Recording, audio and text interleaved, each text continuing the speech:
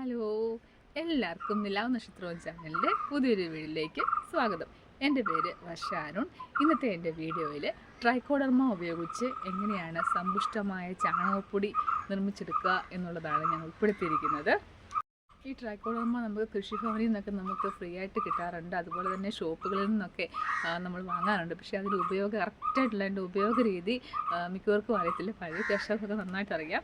പുതുതായിട്ടുള്ള നമ്മളെപ്പോഴുള്ള വീട്ടമ്മമാർക്കൊക്കെ അതിൻ്റെ ഉപയോഗ രീതിയൊക്കെ കറക്റ്റായിട്ട് അറിയുന്നൊരു ചുരുക്കമാണ്. അപ്പോൾ അതിന് വേണ്ടിയാണ് ഞാനിത് ചെയ്തത്. ട്രൈക്കോഡർമ എങ്ങനെയാണ് അത് സമ്പുഷ്ടീകരിച്ച ചാണകപ്പൊടിയായിട്ട് നമ്മൾ റെഡിയാക്കി എടുക്കുക എന്നുള്ളതും അതിൻ്റെ ഉപയോഗ രീതി എങ്ങനെയാണെന്നുമാണ് ഞാൻ ഇന്ന് പറയാൻ പോകുന്നത്. അപ്പോൾ ആദ്യമായിട്ട് എൻ്റെ ചാനൽ കാണുന്നവരാണെങ്കിൽ എൻ്റെ ചാനലൊന്ന് സബ്സ്ക്രൈബ് ചെയ്യാനും ഷെയർ ചെയ്യാനും ലൈക്ക് ചെയ്യാനും ഒന്നും മറക്കല്ല്. അപ്പോൾ നമുക്ക് വീഡിയോയിലേക്ക് പോവാം. ജൈവ രീതിയിൽ വികസിപ്പിച്ചെടുത്ത ഒരു മിത്ര കുമ്മിളാണ് ട്രൈക്കോഡർമ. നമ്മൾ ഡോക്ടർ കുമ്മിൾ എന്നും പറയും. കാരണം മണ്ണിലൂടെ വരുന്ന എല്ലാ കുമ്മിൾ രോഗത്തിനുമുള്ള ഒരു പ്രതിവിധിയാണ് ഈ ട്രൈക്കോഡർമ.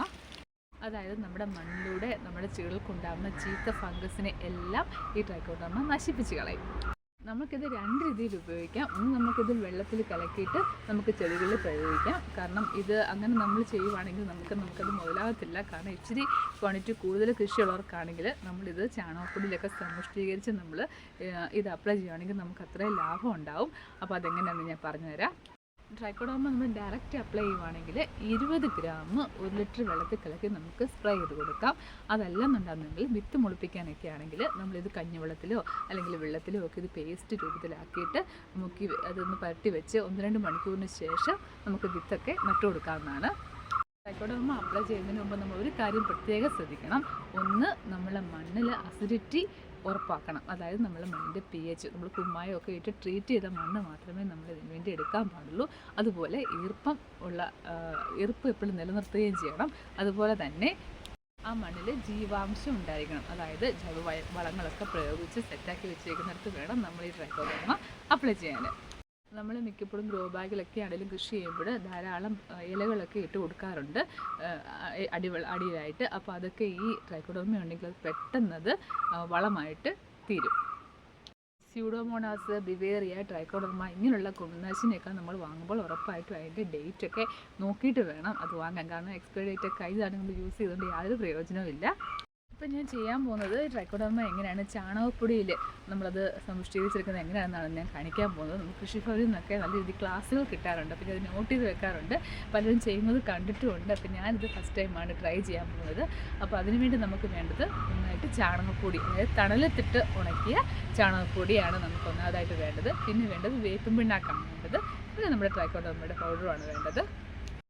അപ്പം ഞാൻ 10 കിലോ ആണ് ഇത് റെഡിയാക്കാൻ പോകുന്നത്. 10 കിലോ നമ്മൾ ഈ സമ്പുഷ്ടീകരിച്ച ചാണകപ്പൊടി ഉണ്ടാക്കാൻ വേണ്ടി നമ്മൾ 9 കിലോ ഉണക്ക ചാണകമാണ് എടുത്തേക്കുന്നത്. 9 കിലോ ചാണകവും 1 കിലോ വേപ്പിൻ പിണ്ണാക്കുമാണ് നമ്മൾ ഇതിന് വേണ്ടി എടുത്തേക്കുന്നത്. അതായത് നമ്മളിപ്പോൾ 100 കിലോ വളമാണ് നമുക്ക് വേണ്ടതെന്നുണ്ടെങ്കിൽ നമ്മൾ 90 കിലോ ചാണകപ്പൊടിയും 10 കിലോ വേപ്പിൻ പിണ്ണാക്കും നമ്മൾ എടുക്കണം. അപ്പോൾ നമുക്ക് കറക്റ്റ് 100 കിലോ എന്നുള്ള കണക്കിലേക്കാവും. എനിക്കിപ്പോൾ അത്രയും ക്വാണ്ടിറ്റി ആവശ്യമില്ലാത്തതുകൊണ്ടാണ് ഞാൻ 10 കിലോയിൽ അത് നിർത്തുന്നത്. ഞാനിത് ഇട്ട് കൊടുത്തേക്കുന്നത് ചണച്ചാക്കിലാണ് കേട്ടോ. നമ്മൾ ഇത് ചെയ്യാൻ ഏറ്റവും ബെസ്റ്റ് ഒന്നെങ്കിൽ തുണിയോ അല്ലെങ്കിൽ ചണച്ചാക്കിലോ ഒക്കെ വെക്കുന്നതായിരിക്കും ഏറ്റവും ബെസ്റ്റ്. കാരണം ഇതിൽ എപ്പോഴും നമുക്ക് ഈർപ്പം നിലനിർത്താൻ വേണ്ടി നമ്മൾ ഇങ്ങനെയുള്ളത് തിരഞ്ഞെടുക്കുന്നതാണ് നല്ലത്. ടാർപ്പയിലോ അതേ പ്ലാസ്റ്റിക് ചാക്കിലോ ഒക്കെ ആണെങ്കിൽ നമുക്കതിൻ്റെ ആ പ്രവർത്തനം നന്നായിട്ട് നടക്കത്തില്ല പ്ലാസ്റ്റിക്കിലൊക്കെ ഇട്ടാൽ. അതുകൊണ്ടാണ് നമ്മളിപ്പോൾ ചണച്ചാക്കോ അല്ലെങ്കിൽ തുണികളോ അങ്ങനെ എന്തെങ്കിലുമൊക്കെ എടുക്കുന്നത്. ഇതിപ്പം ഈ ചാണകപ്പൊടിയിലേക്ക് ഇപ്പോൾ 9 കിലോ ചാണകപ്പൊടിയിലേക്ക് നമ്മൾ 1 കിലോ വേപ്പിൻ പിണ്ണാക്കാണ് കേട്ടോ ഇട്ട് കൊടുക്കാൻ പോകുന്നത്. എന്നിട്ട് നന്നായിട്ട് മിക്സ് ചെയ്ത് കൊടുക്കണം. അപ്പോൾ നമ്മുടെ വേപ്പിൻ പിണ്ണാക്കുമായിട്ട് ചാണകപ്പൊടി നമ്മൾ മിക്സ് ചെയ്ത് വെച്ചേക്കുവാണ്. ഇതിലേക്ക് നമ്മുടെ ട്രൈക്കോഡർമ ഇട്ട് കൊടുക്കുകയാണ് ചെയ്യുന്നത്. ട്രൈക്കോഡർമ പൗഡറായിട്ടാണ് കാണുന്നത്. ചോക്ക് പൊടിക്കകത്താണ് കേട്ടോ കുമ്മിൾ നമ്മൾ വെച്ചിരിക്കുന്നത്. അപ്പോൾ ഇത് നമ്മൾ ഇട്ട് കൊടുക്കണം. അപ്പോൾ നമ്മൾ ഇതിൻ്റെ അകത്താണെങ്കിൽ 200 ഗ്രാമാണ്. ഇപ്പോൾ 10 കിലോയ്ക്കാണെങ്കിൽ 200 ഗ്രാമാണ്. കാരണം 100 കിലോയ്ക്ക് 1 കിലോ ട്രൈക്കോഡർമയാണ് ആവശ്യം. അപ്പോൾ നമ്മൾ ഇത്രയും ക്വാണ്ടിറ്റിക്ക് നമുക്ക് 200 ഗ്രാമിൻ്റെ ആവശ്യമുള്ളൂ. അപ്പോൾ കൂടിപ്പോയാലും കുഴപ്പമില്ല, കുറയരുത്. കുറച്ച് കൂടിപ്പോയാലും അളവിട്ടാലും കുഴപ്പമില്ല. അപ്പോൾ നമുക്ക് ട്രൈക്കോഡർമ ഇട്ട് കൊടുക്കാം.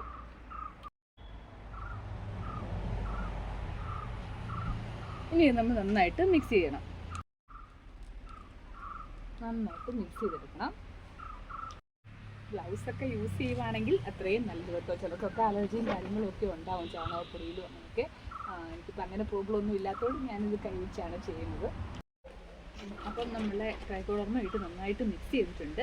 ഇനി അടുത്ത സ്റ്റെപ്പ് എന്ന് പറയുന്നത് നമ്മൾ ഇതിനകത്ത് നമ്മൾ വെള്ളം തളിച്ചു കൊടുത്ത് ഇതിൻ്റെ ഈർപ്പം നിലനിർത്താൻ വേണ്ടി വെള്ളം തളിച്ചു കൊടുത്ത് മിക്സ് എടുക്കുക എന്നുള്ളതാണ്. അതിൻ്റെ പരുവമെന്ന് പറഞ്ഞാൽ ഹോസ്റ്റേഴ്സൊക്കെ പറയുന്നത് പുട്ട് പരുവത്തിൽ അത് ആക്കിയെടുക്കണം. അതായത് പുട്ടിന് നമ്മൾ കുഴയ്ക്കുമ്പോൾ എങ്ങനെയാണ് ആ ഒരു പിടി പിടിച്ചിട്ട് വിടുമ്പോഴത്തേനും അതിങ്ങ് പൊടിഞ്ഞ് വീഴുന്ന അങ്ങനെ ഒരു സ്റ്റേജ് ആണല്ലോ.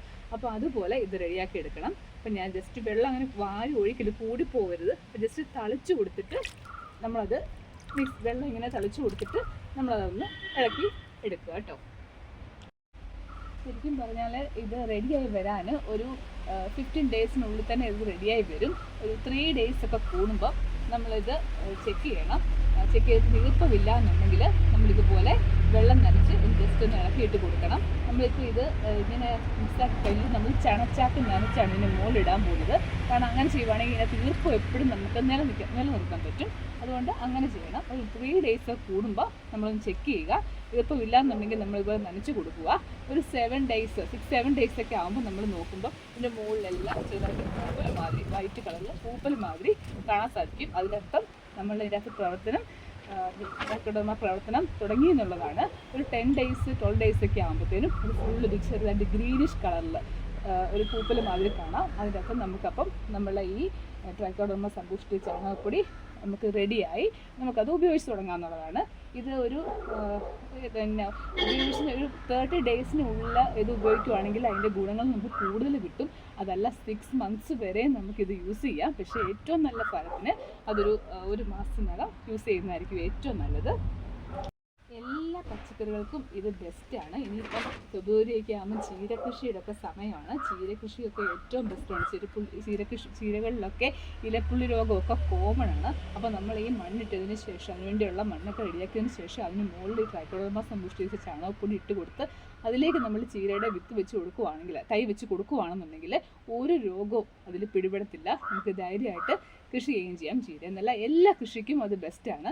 അപ്പോൾ ഉറപ്പായിട്ടും അങ്ങനെ ചെയ്യുന്നവർ ഈ ട്രൈക്കോഡർമ സമ്പുഷ്ടി ചാണകപ്പൊടിയൊക്കെ ഇട്ട് മിക്സ് ചെയ്തിട്ട് വേണം അങ്ങനെയൊക്കെ ചെയ്യാൻ. നമ്മുടെ മിക്സിങ് ഒക്കെ കഴിഞ്ഞിട്ടുണ്ട്.